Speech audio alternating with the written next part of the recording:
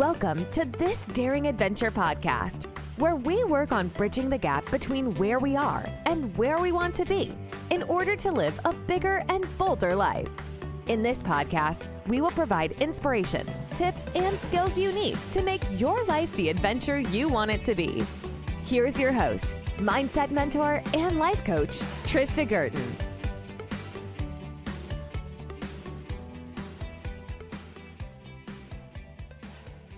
Welcome back, everybody, to This Daring Adventure. I have a very special guest today. I have Rebecca Higgs, a fellow Canadian based out in Halifax.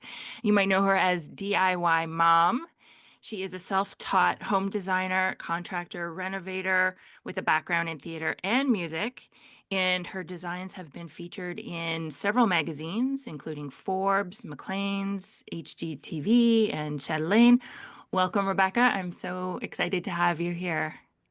It's great to be with you, Trista. Thanks for having me. My pleasure. My pleasure. I'm enjoying getting back into the swing of things with interviewing people. There are so many amazing women that I want to share their stories. And I think your story will be really interesting for everybody listening here. So welcome. And why don't you tell us a little bit about yourself? You have such an interesting story. Okay, sure. I'm 42 years old now and I live in Halifax. I grew up in Halifax, but I took a little detour when I was in my 20s. I ended up in the music industry here in Canada and I toured around the country with my band. I was in two bands. I had Ruby Jean and the Thoughtful Bees. It was the first live electronic dance band east of Montreal, and then my own solo project, Rebecca Higgs. And I released an album in 2007 on Outside Music. And then my second album came out on Hidden Pony, which was a subdivision of EMI. And in my 20s, I had a management team and I was signed to a touring agency and I was playing all kinds of festivals. And it was a really interesting time of my life. Eventually, I moved to Toronto to be more central in Canada for my music career. But things kind of went downhill at that point. I was kind of in the slag of making enough money to pay rent and waitressing, and the boyfriend that I had moved to Toronto with and I split up over his father became very ill. He had to move back to Nova Scotia. So I was very heartbroken. And in that dark time of my life where I was feeling a little bit lost, my career was sort of on the fringes and I was on my own in a city without my family, I just started making bad decisions. And I ended up getting pregnant very quickly into a new relationship with a guy who ended up being quite toxic for me. So after my daughter was born, I ended up just knowing that I couldn't stay in that relationship any longer and started to make plans of how I could get out of the situation I was in. So I ended up taking my daughter and moving into a one-bedroom apartment that a friend of mine had in Toronto. He had moved to New York as an artist, let me stay there. And within that time, my grandmother passed away. And I came back to Halifax for 3 weeks with my daughter. And upon my return to Toronto, I had gone to legal aid and gotten a lawyer and started making plans to see if I could move back to Nova Scotia. If you've ever been in a relationship where you've had a child out of in a different province and you want to move back to a different province, it can be quite difficult to do so. And the opportunity is not always available to you. In that period that I went to Halifax, and then when I came home, my daughter's father said to me upon my return, "You can move back to Halifax. I think it'll be better for you." So that was a blessing that was a huge blessing in a way. He signed the papers. He allowed us to move back. And by the time my daughter was 1, I had come back to Nova Scotia. So I needed to pivot and create a new career for myself. And I just didn't feel like music was viable anymore. The culture around music was changing. This was when Apple Music, everything was streaming. Just the labels were dropping artists or not giving the same kind of advances that you once got as a musician. I would have to get back into the sort of like the grant writing and all these other things, which were available to me in Nova Scotia, but I just didn't feel like I wanted to continue down that path. So I was like, okay, I have to start fresh. And I had a friend that was in the film industry here in Nova Scotia. And he said that I could come in as an assistant for casting for a commercial for down at Egg Films. So I came in that one day. He offered me $100, come in, help me with casting. By the end of the day, he said, I'll give you $150. You were the best casting assistant I've ever had. And then by the next day, the owners at Egg were asking me, who am I? What do I do? They found out I could speak French. I said I wanted to maybe be a producer in film and television. And I just kept showing up at Egg every day until they basically gave me a full-time job. So I kind of inserted myself into the film industry here in Nova Scotia. And I did that for a brief period of time. And during my experience of working in film and television, I was just very curious. I would talk to everybody on set. I was talking to the actors. I was talking to the creative agency. I was talking to the clients. I was talking to the producers. And I was getting this whole sense of basically how the whole commercial industry worked. And through my research in marketing and in film and television, there was this trend that was starting to happen where people were saying that the next big trend in marketing was going to be branded content. And this is before we knew anything about influencer marketing, or that was really a big thing. And Instagram was kind of just starting. It was the early days of Instagram.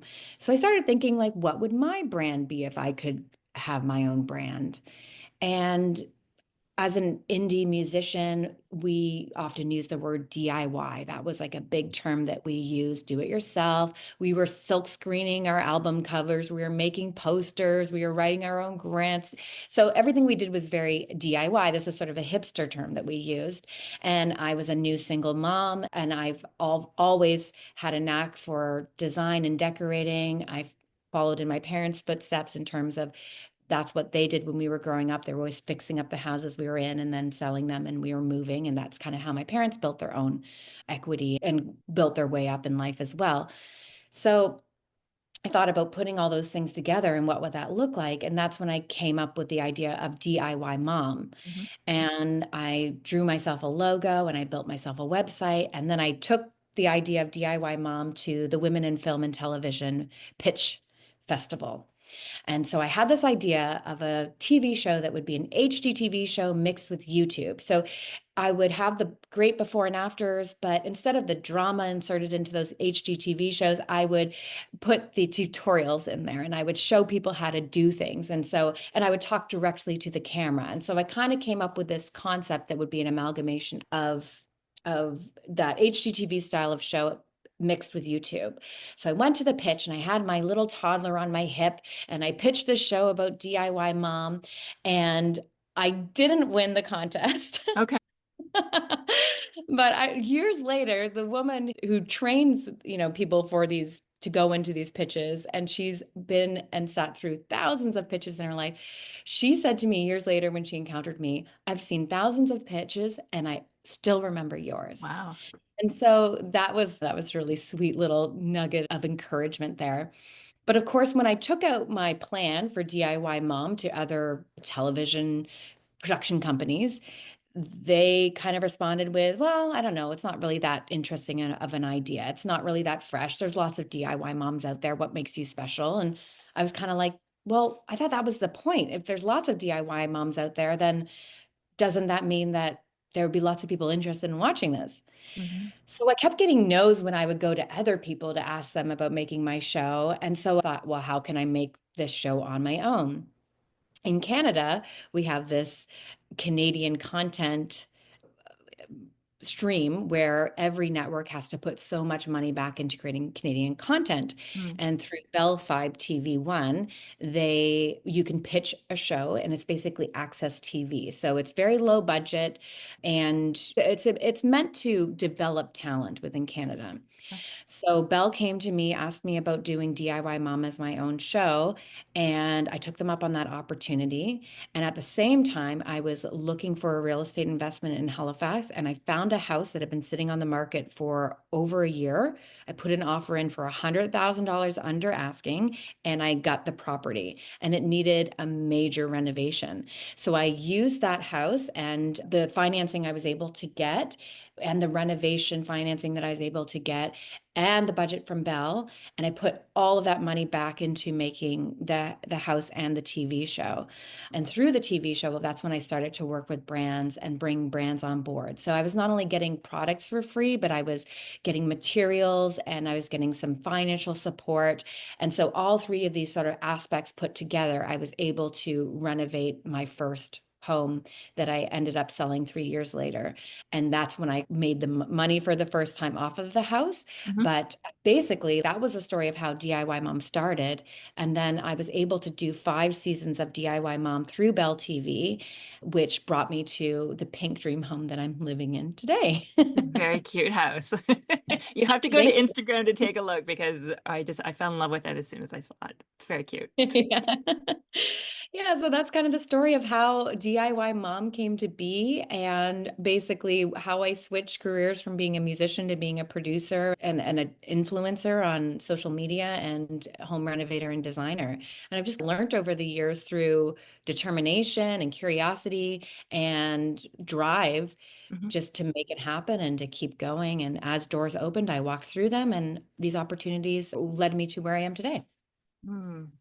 Well, I like that story. I think it's really interesting because it seems now you tell me if I'm wrong. You talk about curiosity, and I'd just be interested to learn like what you're thinking throughout these different transitions because it seems very organic and it seems very seamless.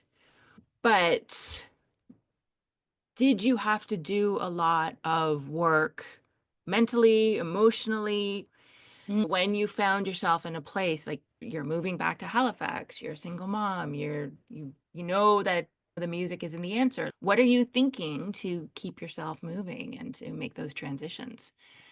Well, I think because I had parents that were great examples of entrepreneurship and risk taking, I've always had a good appetite for risk. So Right. I think that there is there a little bit of the element of my personality, that goal driven personality, and also the willingness to take some big risks in life, Okay.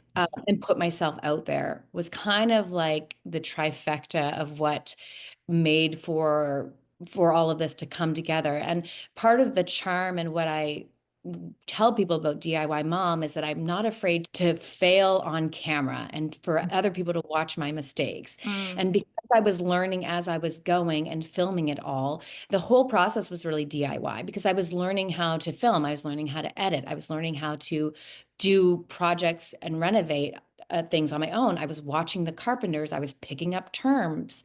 I remember walking into the construction site one day and hearing all the guys complaining about she's causing us all these problems. She's really hard to work with. I was thinking they were talking about me. Well, mm, no, they all refer to things on this job site as she. So if they're trying to get a beam into the ceiling, it's she. And just like in general, working with plumbers and electricians, it's just years of hearing terminologies and gathering this knowledge. And it's mm, really life experience.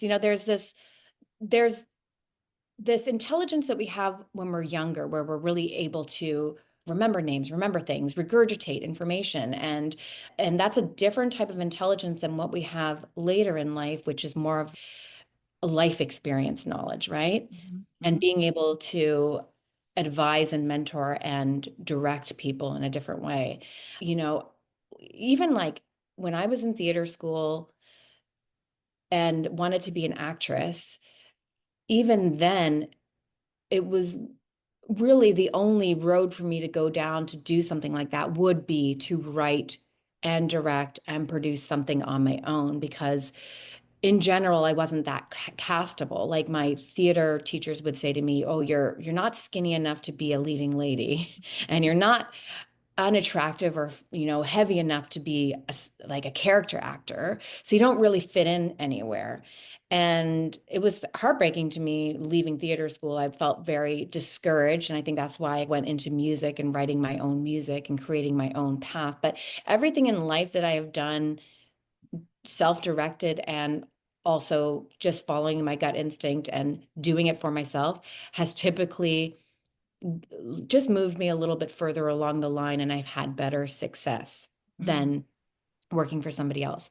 I also think it was like that undiagnosed ADHD that I had for many years, where I just was not a good employee. I wasn't good at working for somebody else. Okay. Um, and so working for myself ended up being the best way for me to be the most motivated and to be the most passionate about what I was doing. Yeah, because I was going to ask you, did you ever consider or think, you know what, maybe I should just get that normal sort of Monday to Friday, 9 to 5 job? Because, I mean, obviously that's the conventional route and that's what we sort of deem like the safest and Yeah. easiest, right? Well, like there's often times where I think, you know what, I'd be great at a marketing agency. I should just go work at a marketing agency. That seems so much fun. But then people that are working in those industries are so burnt out. It isn't Mhm. like you are working all hours a day and it's super cutthroat. And I just think as a mom and trying to create balance and to be independent and to still be involved in my daughter's life, the entrepreneur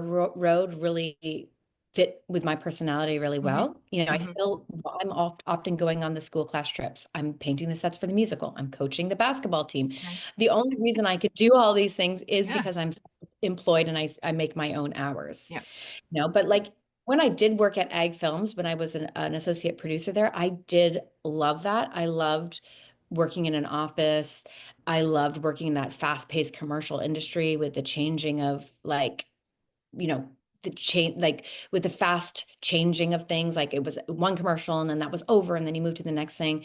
It was so fun. But again, like I couldn't keep a job working for somebody else in the same way that I was able to be successful on my own. And if I could see if I had I mean, I ended up folding and closing, but if I had been there long term, I definitely wouldn't have the relationship I have today with my daughter because it would have been Mhm. a drop her off for daycare, get to Yep. work, after school care, home for dinner, bedtime. And I just think about so many single moms that is the reality that Yes, they yeah. have. Even taking the bus to drop her kids off to daycare and then having to take the bus to school or to work. It's just so much of your day is in that commute and you Yeah. really don't get the time with your children. And I feel for those women so much. Yeah, and that's actually, I released a podcast episode earlier this week with Kelly Sinclair, who is a branding and marketing expert and coach, and she has her own business. And she was in communications as well and mentioned the exact same thing before she went into business for herself, that she was commuting into Calgary, dropping her daughter off at daycare at 6 a.m. and then tucking her into bed at night, and that was it. And that's, sort of part why she made the shift as well. And I think entrepreneurship does allow you that flexibility, as you've mentioned. For me, it was always something that I never really seriously considered it until I started coaching. Mhm. And I was telling myself, I don't have that bone in my body. Like, I just don't. Like, I was just born without whatever it is you need to be an entrepreneur. And it wasn't until I started working with a coach and she said, no, like you have to learn it. You have to Mm. learn it. And I think we get to a place in our lives where we have that push, we have that nudge to make that change. We know, like I always say, if you feel like you're meant for more, it's because you are, right? We have that instinct within us as human beings to grow and to learn and to evolve. But it was a very steep learning curve. I had nobody in my family, nobody around me that had any background, anything, any experience as an entrepreneur. It was just completely foreign to me. Really is modeled to you through your parents or if you have a mentor or something. But I think just because my parents were that way Mhm. and they were big risk takers and they instilled that idea in us as well, it Yeah. was more second nature to me. And I think just my personality and my disposition, like my dad said that he watched me at the church nursery when I was a baby, crawl over every other baby in the room to get to a Cheerio that was in the corner, you know? And he just said, "Oh, I don't have to worry about her. She's going to make her Right. way through just fine." And when my dad would drop us off at school as kids every in the morning, he would always say to us, make it happen. And that was our family mantra, make it happen. And Wow. then as an artist and wanting to be an artist, I always knew that nobody was going to make my career for me. Nobody cared about my career like Mhm. cared about it. Nobody cared about my success. If I wanted those things in life, I had to go after it myself and make it happen for myself. And Mhm. I would share that message with other women who were artists that were feeling defeated or feeling discouraged or feeling like their career wasn't where they wanted it to be. I was like, you can't rely on somebody else to make your career for you. You have to go and make it happen for yourself. And so Mhm. that make it happen mantra that was taught to me as a child has really carried me through life. And anytime anything happens that I have to learn something new or I have to develop a new skill, it's just all right, I'm gonna make this happen. I'm gonna learn it. I'm gonna figure it out. Gonna fake it till I make it. Mhm. And there's certain things and little tricks that I've picked up along the way to be more believable when you're faking it. So you have been doing DIY mom for how many years now? 10 years, I guess, because my daughter's 11 now, and I really started it when she was about a year and a half. Okay. Going to be 12 soon. So yeah, so 10 years. Okay. And what plans, what are you thinking for the rest of this year and into the next few years? What are your goals for the year? What's on your Yeah, radar? so I just bought another property and I tore the house down. So this is a brand new skill for me, learning how to build from scratch this time. Okay. I'm building a brand new house that's just not very far from where I am currently. Okay. And I'm also doing client work now. So probably 5 years ago, just before COVID, I started to take on client projects Okay. and started to do other people's renovations and designs. So I've been doing that. And then I also will be working on this new project that I'm building. So those are like the two major home design decor things that I'm doing. Okay. But I'm also going to South Africa in March to work with Hope of Africa. Okay. And I will be there for 17 days. And I'm also doing work with ADSM for women and children to continue my philanthropy, helping other single moms and women fleeing domestic violence and intimate partner abuse. Okay. Very nice. Okay. Mhm. Nice. Have you been to South Africa before? No, this is my first time going. My parents got involved with Hope of Africa. It's a leadership school for kids, Okay. and and then actually my parents ended up when they went there last year helping Hope of Africa purchase a farm Oh. that they will be using to teach agriculture to the kids because there was a whole generation that died from HIV and the children didn't get passed down um the how to take care of the land, how to be a farmer from their parents. So it was sort of a lot of these sort of skills that were handed down from one Mm. generation to the next were lost. So the farm will be used for teaching agricultural skills and developing the skills of in the community. And I'm going actually to film content for them and to interview people and to create marketing material for Oh, Hope of nice. Africa so that they can share what they're doing and raise more funds and support for the farm to keep it running. Okay. Very nice. That Yeah. sounds like a great trip. Good. Yeah, I'm excited. It's going to Yeah. be interesting. Yeah, good. Okay. Well, do you have any parting advice, anything you want to share with the audience before we close? Yeah, I think that just if you have an idea and you think it's a good idea and you feel passionate about it, don't let people discourage you from doing it Mm. and make it happen. Just set your intentions, write down your goals, and if you do one thing every day toward that goal, it's going to happen for you. And so I just would encourage people to, and women, whatever place they are in life, and if they're looking to make a transition or a change, that yes, it will be difficult, but it can also be very fulfilling and fun. And as we get older, it's great to learn new skills. Mhm. Keep your mind sharp, keep life exciting, and keep that adventure rolling. Exactly. Yes, I couldn't have said it better myself. Well, thank you. Thank you so much, Rebekah. I really appreciated this. And it's been really interesting to speak with you. And I love your story, and your work is beautiful. So thank you for sharing that today. Thank you so much. And if people want to check out the TV show, they can watch it on binge. Okay. .tv. There's 5 seasons of DIY Mom.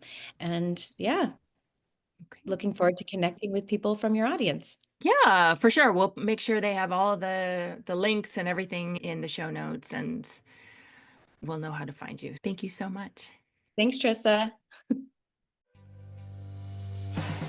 Thank you for listening to This Daring Adventure podcast with your host, Trista Gurton. We hope you enjoyed the tips and conversations on how to get excited about life again. As always, you can head to tristagurton.com for additional resources and to book a one-on-one coaching session. You can also follow Trista on Instagram at Trista V. Gurton. Don't forget to subscribe, rate, and review us on Apple Podcasts. Thanks again for tuning in, and we'll see you next time.